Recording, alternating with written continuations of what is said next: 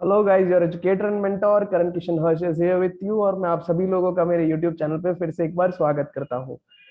फटाफट से हम लोग नेक्स्ट चार्ट की तरफ बढ़ते हैं।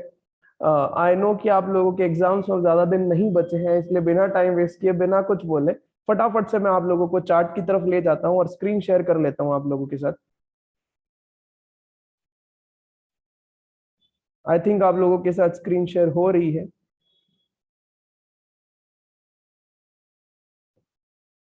और आई थिंक चार्ट भी आप लोगों के साथ शेयर हो चुका है। बहुत सारे चार्ट हम लोगों ने देख लिए हैं, आगे कुछ 4-5 चार्ट और एक अमेंडमेंट वीडियो भी देखा था हम लोगों ने। अब हम लोग सीधा सा बात करेंगे, बिना टाइम वेस्ट किए बात करेंगे एक्सेप्टेंस पे। यानी कि जो हम नेक्स्ट टॉपिक लेकर आया हूं आप लोगों के लिए, वो चार्ट है एक्सेप्टेंस का। लास्ट क्लासेस में हम लोगों ने ऑफर के बारे में सारा कुछ देख लिया था। अब हम लोग स्विच कर रहे हैं सीधा एक्सेप्टेंस की तरफ। तो एक्सेप्टेंस सेक्शन 2B बताया था आप लोगों को। ऑफर जो है वो पहली कड़ी है, तो ऑफर के बाद एक्सेप्टेंस आता है। तो ऑफर पहली कड़ी दैट इज ए, तो दूसरी कड़ी बी, और सारी डेफिनेशन सेक्शन 2 में दे रखी है। तो 2B of Indian contract act क्या कहता है? When the person to whom the proposal is made, जिस पर्सन को प्रपोजल मिला है। मैंने एक सब्जी वाले को बोला, मैंने कहा भैया आलू देंगे क्या? तो मैंने उसको एक प्रपोजल दिया है, तो मैंने उसको प्रपोजल दिया है।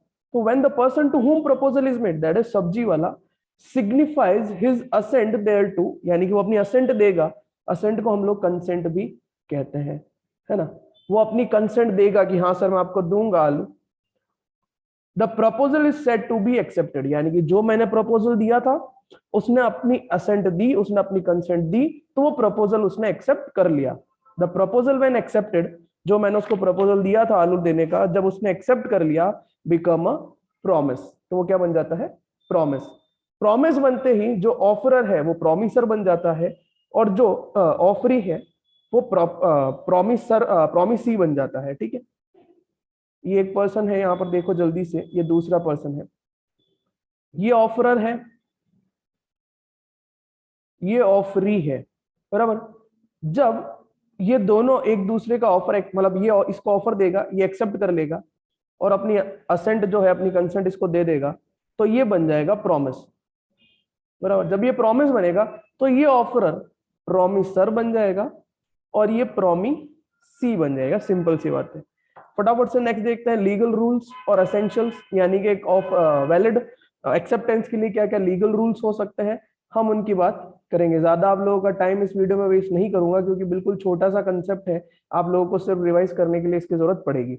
एब्सोल्यूट और अनक्वालिफाइड होना चाहिए, यानी कि जब आप एक्सेप्टेंस देंगे तो बिल्कुल एब्सोल्यूट होना चाहिए, कोई भी तरह की क्वालिफिकेशन उसमें नहीं होनी, अनक्वालिफाइड होना चाहिए। All the terms of offer must be accepted, यानी कि कोई आपको ऑफर दे रहा है, जब आप अपनी एक्सेप्टेंस देंगे तो ऑफर देने में जो जो कंडीशन उसने बताई आपको, आप अपनी एक्सेप्टेंस उन्हीं कंडीशन के साथ देंगे, आप अपनी तरफ से कुछ भी एडलेस नहीं करेंगे। The next one is communicated. Communicated from offeree to offerer, यानी कि मैंने इसको ऑफर दिया तो मैं ऑफरर हो गया, वो ऑफरी हो गया।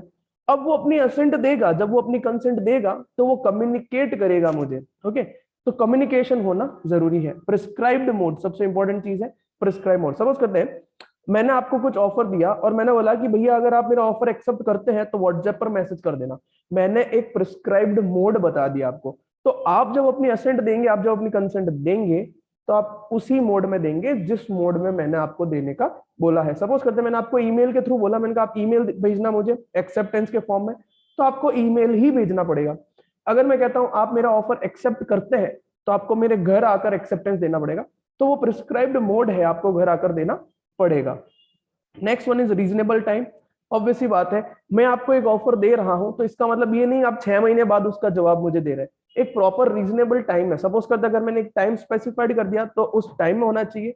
अगर मैंने टाइम नहीं बताया आप लोगों को, तो आपको एक प्रॉपर रीजनेबल टाइम में मुझे एक्सेप्टेंस देनी होगी। आगे और देख लेते हैं। Cannot proceed an offer, cannot preceded an offer, यानी कि जो मैं ऑफर दे रहा हूं उसको प्रीसीड करते हुए आपकी एक्सेप्टेंस नहीं होनी चाहिए। पहले मैं ऑफर दूंगा, फिर आप मुझे अपनी एक्सेप्टेंस दोगे। ऐसा नहीं आप पहले से ही एक्सेप्टेंस दे रहे हैं फिर मैं ऑफर दे रहा हूं, ऐसा नहीं होगा। ये उल्टा रास्ता नहीं चलेगा। पहले हमेशा मैं आपको ऑफर दूंगा, उसके बाद आप लोग मुझे जो है अपनी एक्सेप्टेंस देंगे। यानी कि एक्सेप्टेंस कभी भी ऑफर को प्रीसीड नहीं करेगी, उससे पहले नहीं आएगी, पहले हमेशा ऑफर ही आएगा। साइलेंस इज नॉट एक्सेप्टेंस, बहुत इंपॉर्टेंट चीज है, इसके ऊपर बहुत सारे क्वेश्चंस आते हैं, प्रैक्टिकल क्वेश्चंस। चुप रहना, मैंने कहा सर आप मुझसे पढ़ेंगे क्या, आप कुछ जवाब नहीं दे रहे, तो इसका मतलब ये नहीं है कि कल को मैं आपके घर आ जाऊं आपको उठाने के लिए, चलो चलो मेरे सेंटर चलो पढ़ने के लिए, तो बोले सर हमने तो एक्सेप्टेंस दिया ही नहीं, बोले आप चुप बैठे थे तो मैंने समझ लिया कि आपकी एक्सेप्टेंस है। ऐसा एक्सेप्टेंस नहीं होता है, तो साइलेंस कभी भी एक्सेप्टेंस नहीं माना जाएगा। अब एक्सेप्टेंस जो है वो एक्सप्रेस भी हो सकता है और इम्प्लाइड भी हो सकता है। एक्सप्रेस में रिटन और स्पोकन हो सकता है, इम्प्लाइड में बाय द कंडक्ट हो सकता है।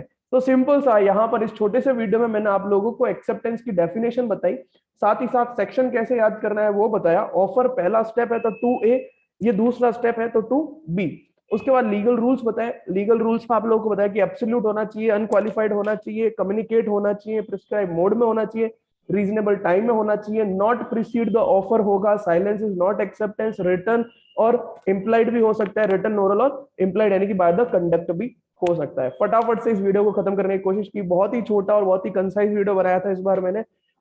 अपने सभी लोगों के साथ इस वीडियो को ज्यादा से ज्यादा शेयर करें ताकि अच्छे से सभी स्टूडेंट्स तक ये पहुंच जाए और सब लोग फटाफट से अपना रिवीजन अच्छे से कर सके। तो गाइस फटाफट से आप लोगों के साथ नेक्स्ट